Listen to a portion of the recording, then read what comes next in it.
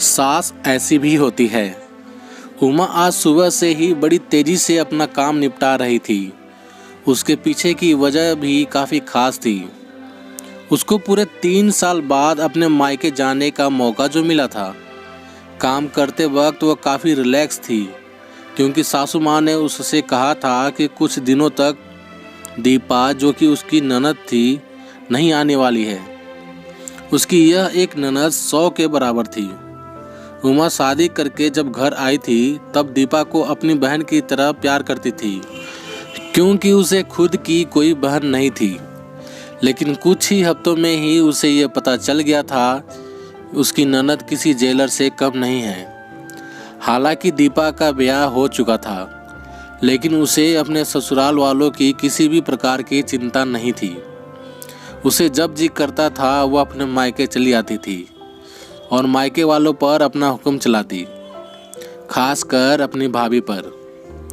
वही डिसाइड करती थी कि वहाँ पर क्या खाना पकेगा, कोई घूमने जाएगा कि नहीं, या जाएगा तो कहाँ जाएगा। दीपा ही थी जो हर बार उमा को किसी न किसी बहाने से अपने मायके जाने से रोक लेती थी। लेकिन आज का दिन कुछ अलग था, क्योंकि माँ के कहने पर उमा के पति ने उसके मायके जाने का इंतजाम कर दिया था। ट्रेन की भी टिकट बुक हो चुकी थी। सारा काम खत्म करने के बाद उमा अपने पति के साथ अपना सामान लेकर घर के बाहर निकले ही थे कि सामने से दीपा आती हुई दिखाई दी। दीपा जिसके मुंह पर बड़ी सी स्माइल और आंखों में चमक थी। वहीं दूसरी तरफ उमा की आंखों में उसको देखकर पानी आ गया था, जो बस आंसू के रूप में छलकना बाकी था। भैया भाभी के पास आकर दीपा ने कहा, क्यों भैया, कहाँ चले? अपने पत्नी के साथ सैर सपाटा करने के लिए?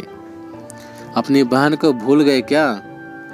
दीपक ने कहा, कहीं सैर सपाटा करने नहीं, तुम्हारी भाभी को मायके छोड़ने जा रहा हूँ। अच्छा, मैं यहाँ आई हूँ और भाभी अपने मायके जाएगी? क्या आपकी पत्नी को मेरा आना पसंद नहीं है? दीपा ने भाई भाभी को ताने मारते हुए कहा।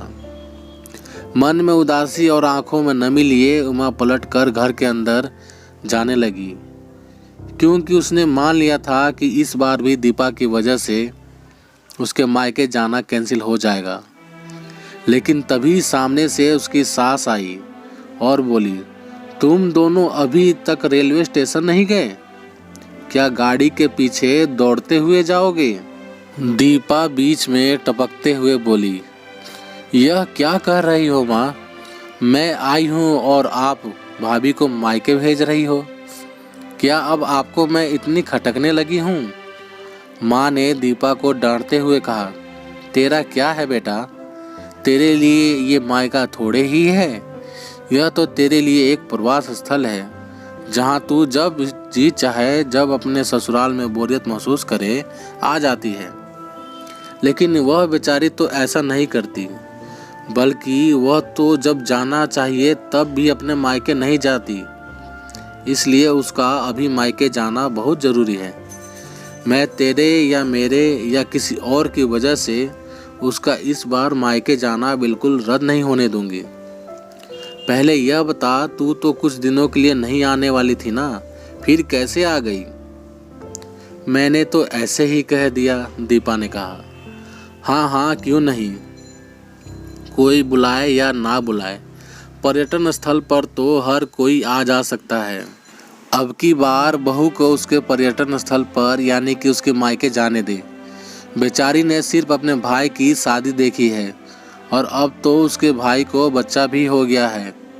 उसका मुंह तक नहीं देखा उसने। उसे भी अपने हिस्से का सुख भोगने दे। माँ ने दीपा को फटकारते हुए और उमा की साइड लेते हुए कहा।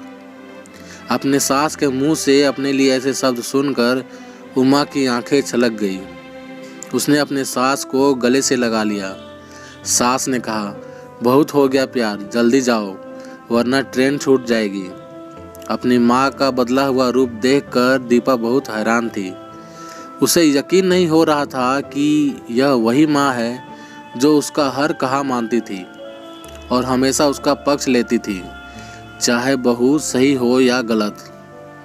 वहीं माँ अपने मन में अपने उस दोस्त को धन्यवाद दे रही थी जो कुछ दिनों पहले उसके घर आई थी और कुछ दिन रह रही थी।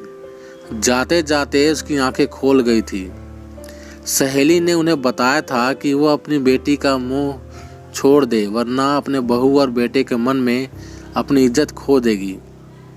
बिना सोचे समझे, बिना अच्छे बुरे का विचार किए हर फैसला सिर्फ अपनी बेटी के हिसाब से लेना सही नहीं है। रेलवे स्टेशन पर ट्रेन के डिब्बे में बैठी उमा के चेहरे पर एक बहुत प्यारी मुस्कान थी, जिसे देखकर दीपक को महसूस हुआ कि यही वह प्यारी मुस्कान है जिसे उसने 3 सालों से देखा नहीं था। सच ही तो है, मायका महिलाओं के लिए पर्यटन स्थल ही तो होता है, जहां वह अपने ससुराल की सारी चिंताएं, टेंशन भूलकर कुछ दिन आराम से रह सकती हैं। तो दोस्तों, आप सभी को यह कहानी कैसी लगी कमेंट बॉक्स में कमेंट करके हमें ज़रूर बताइएगा। यदि आप सभी को यह कहानी अच्छी लगी हो तो लाइक कीजिएगा, शेयर कीजिएगा और हमारे चैनल पर नए हो तो प्लीज़ सब्सक्राइब ज़रूर कीजिएगा। दोस्तों, आप हमारे चैनल को सब्सक्राइब नहीं कर रहे हैं तो दोस्तों मेरा आप लोगों से गुजारिश है हाथ जोड़कर कि कृपया करके मेरे चैनल को सब्सक्राइब करें और मुझे सपोर्ट करें। तो चलिए दोस्तों, मिलते हैं आप सभी से एक और नई कहानी के साथ। तब तक के लिए जय हिंद, वंदे मातरम।